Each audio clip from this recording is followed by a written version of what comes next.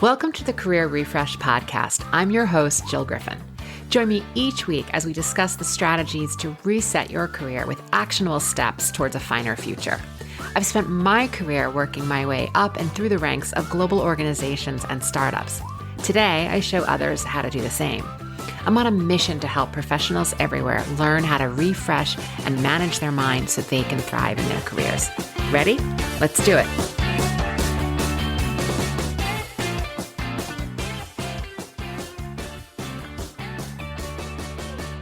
Hey everyone, and welcome to the podcast. Thanks for joining me today, and I love that you're here. If you've been listening to me, you're probably catching on that a lot of what I teach is that your thoughts create your results.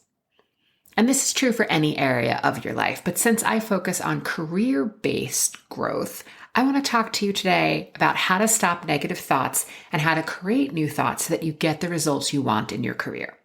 This work will help your career and frankly, any area of your life. When I first started to experiment with thought work about 20 years ago, I really enjoyed most aspects of my job in agency land. But every once in a while, I would notice the littlest thing would knock me over. I call it the disease of broken shoelaces. And this is where I first started to experience doing thought work. I could handle the big problems, client-based crisis, product recalls that would require multi-million-dollar marketing and media plans to be rethought and renegotiation in less than 24 hours.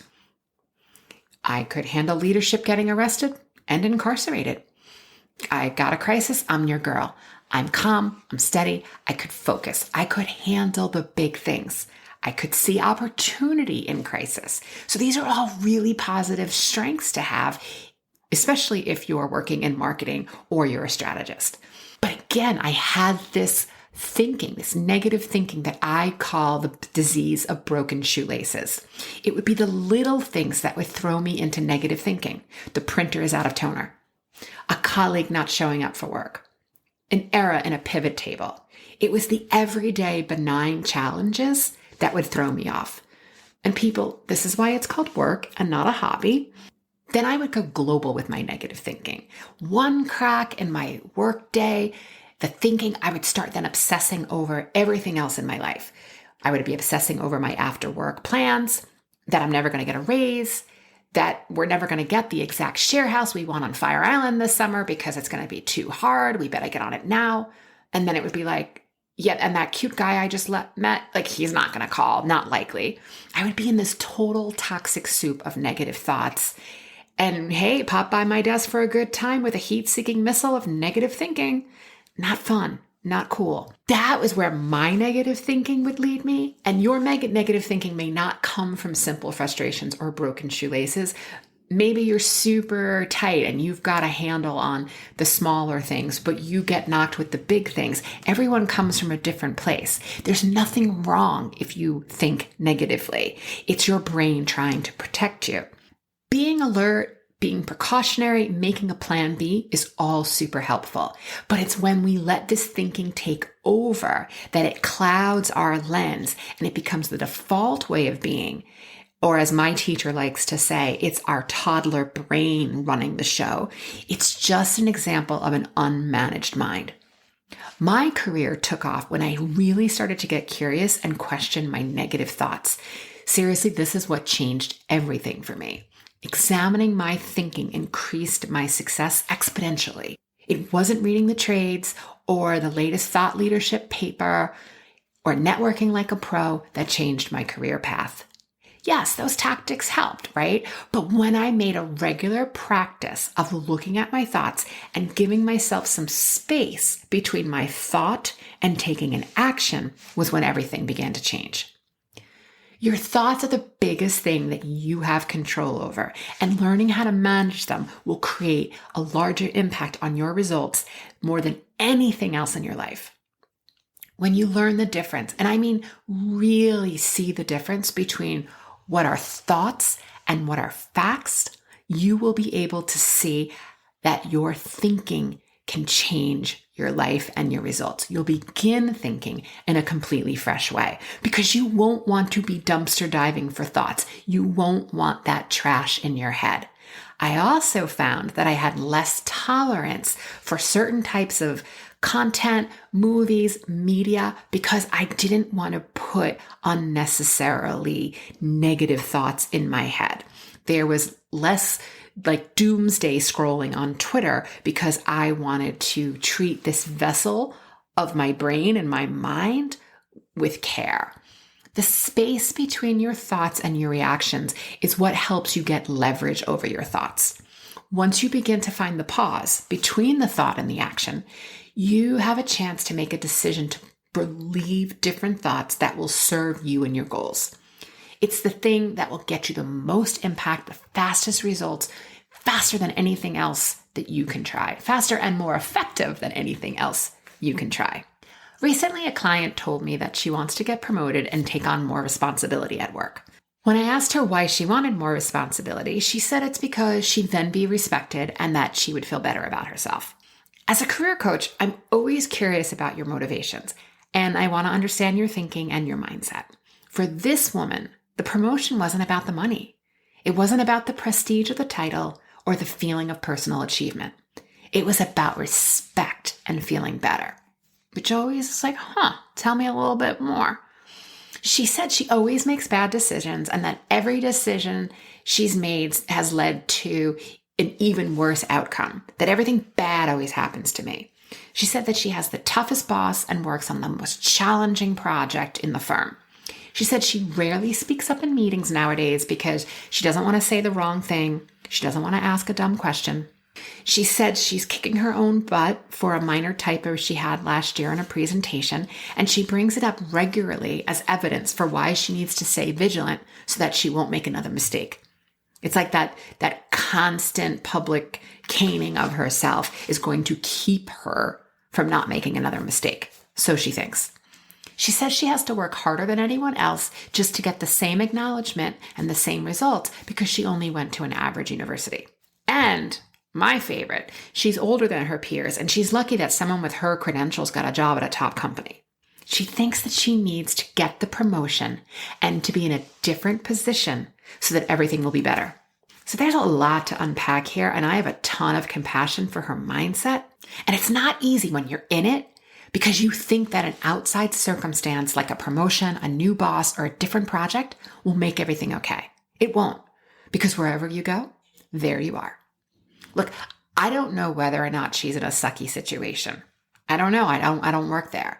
But the reality is that she believes she is. So she is coming to her responsibilities, her daily output, her interactions with others from a position of extreme stress and anxiety. So let me ask you, how good would your decision-making skills be if you were always under extreme stress and had anxiety? Do you think you'd be able to be a candidate for promotion if you were constantly judging yourself, your age, your schooling throughout the day, reminding yourself that you don't measure up? What results do you think you'd be creating if you had this negative thinking? Now, I know it feels impossible for her to change her thinking, and she so desperately wants to do so. The good news is she can change her thinking more easily than she can change her role, her boss, or her coworkers. People often ask me how to change their thoughts because we never were taught how to do it. Can you imagine if we taught children how to change their thinking? People always want to know how to stop thinking the obsessive negative thought that they keep chewing on. These are the thoughts they go to sleep with thinking, and they pick them right back up again upon awakening. Sometimes they ask me to give them new thoughts. They actually say, I need you to give me a new thought. I need to think differently. I get it. I've been there. Just tell me what to think so I can feel better, because I'm so tired of feeling this way. But this work isn't the 10 steps to positive thinking, because my friends, that doesn't work. I can give you a positive thought, and I can ask you to repeat the thought, write out the thought, write it daily, use it as a mantra. But me telling you what to think doesn't work. One, I would cripple you because when I'm not there, then you wouldn't know how to trust yourself and build your own resources for how to make a decision and how to think. And two, it's my thought, then not yours. And three, you don't believe it because it's my thought, not yours. And on a side note, that would be advice giving. And coaching isn't about advice. It's about showing you your mind and teaching you how to manage your mind so that you get the results you want to create in your career. It ain't about advice. You need to be thinking new thoughts that are believable to you.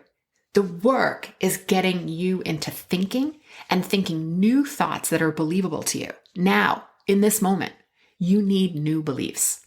And a belief is just a thought you keep on thinking. It's a thought that feels relatable. Relatable thoughts feel possible. And if something is possible, your brain will start to look for evidence on how it's possible. So just like my client looking for evidence to prove that she's not good enough, you can equally find evidence to prove that you are good enough. Eventually, you'll start interpreting the world through the new thought or the new belief, which is what we all do on default anyway. What's really neat about the study of beliefs and positive psychology is that when we learn, our thoughts are not facts.